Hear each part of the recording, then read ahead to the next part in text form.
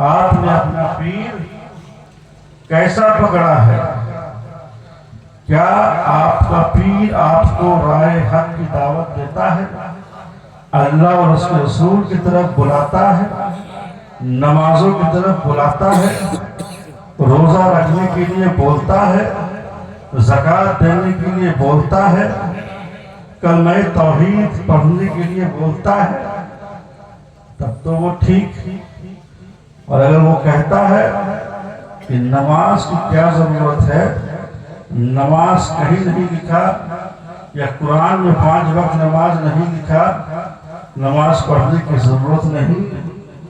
अगर कोई कहे कि जब हम मर जाएंगे तो मरने के बाद कोई सवाल जवाब नहीं होगा, या अगर होगा तो कब्र में होगा, लेकिन जिसे शेर ने खा लिया, जो आग में जल गया, जिसको जो समंदर में डूब गया, फिर उससे कैसे सवाल होगा?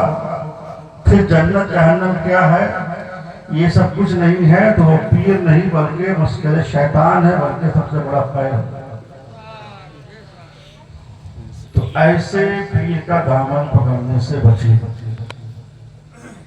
जो लोग ऐसे पीर के करीब हो चुके हैं, दामन पकड़ चुके हैं, तो फिर ऐसे लोगों के साथ उठने बैठने से आप बचें, उनसे दोस्ती रखने से बचें। हज़रत अबू हुरैरा रवायत फरमाते हैं कि सरकार दो आलम सल्लल्लाहु अलैहि वसल्लम ने इरशाद फरमाया कि बरमज़हब जब बीमार पड़ जाए तो उसके अयादत को न जाया करे, मर जाए तो जनाजे में शरीक ना हो, उनके साथ सलाम व कलाम न रखो, उनके साथ खाना पीना ना करो, उनके साथ उठना बैठना ना करो, और उनका जनाजा ना पढ़ा। और ये चीज आप देख चुके हैं कि आपके इलाके में जब ऐसा बदअकीदा मरा तो कोई जनाजा पढ़ने के लिए तैयार नहीं, क्योंकि ये मेरे आका का फरमान है। तो अपनी दोस्ती ऐसे लोगों से कीजिए जो आपको अल्लाह रसूल की बातें बताए, जो नमाजों की बातें बताए, जो रोजों की बातें बताए, जो हक की तरफ आने के लिए दावत दे, जो अल्लाह और उस रसूल से मोहब्बत करने की बातें करे और खुद भी अल्लाह और उस रसूल से मोहब्बत करे। सुभान अल्लाह। गौसे पाक के जमाने में एक शख्स हवा में उड़ता हुआ आया, एक चबूतरे पर कुछ देर उठा बैठी किया और फिर वहां से हवा में उड़ गया। लोग सोचे कि बहुत बड़ा पीर आया है जो हवा में उड़ते हुए आया, और एक चबूतरे पर नमाज पढ़ा और फिर हवा में उड़ गया।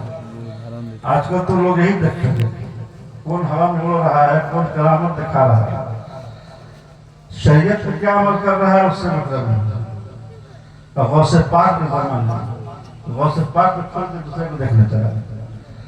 एक शख्स उड़ता हुआ आया, चबूतरे के ऊपर नमाज पढ़ा और फिर उड़ कर चला गया।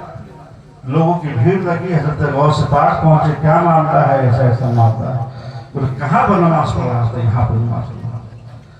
तो जहाँ पर वो नमाज पढ़ रहा था, नमाज तो नहीं, नमाज जैसी पढ़ रहा था, तो वहां पे जो निशानात उठे थे वो बिल्कुल गलत, जिससे नहीं लग रहा है कोई नमाज पढ़। तो गौसे पाक ने फरमाया जो शख्स शरीयत पे नहीं अमल करता वो पीर नहीं हो सकता। अब चाहे वो हवा में उड़ के आवे, चाहे वो हवाई जहाज से उड़ के आवे, समझे? सबसे पहले है शरीयत। सुभान। कुछ लोग हैं, कुछ पीर ऐसे हैं जो कहेंगे कि हम तो मार्फती हैं, हम तो मार्फती हैं, मेरे नमाज के बारे में तो क्या कहें, हम तो मक्का में नमाज पढ़ते हैं, समझे? वो मार्फती नहीं है बल्कि वो मक्कार है। सुभान अल्लाह। सबसे पहले है शरीयत। जो शरीयत में चलेगा वही तरीकत को पहुंचेगा, और जो तरीकत पे चलेगा वही हकीकत को पहुंचेगा, और जो हकीकत पे चलेगा वही मार्फत।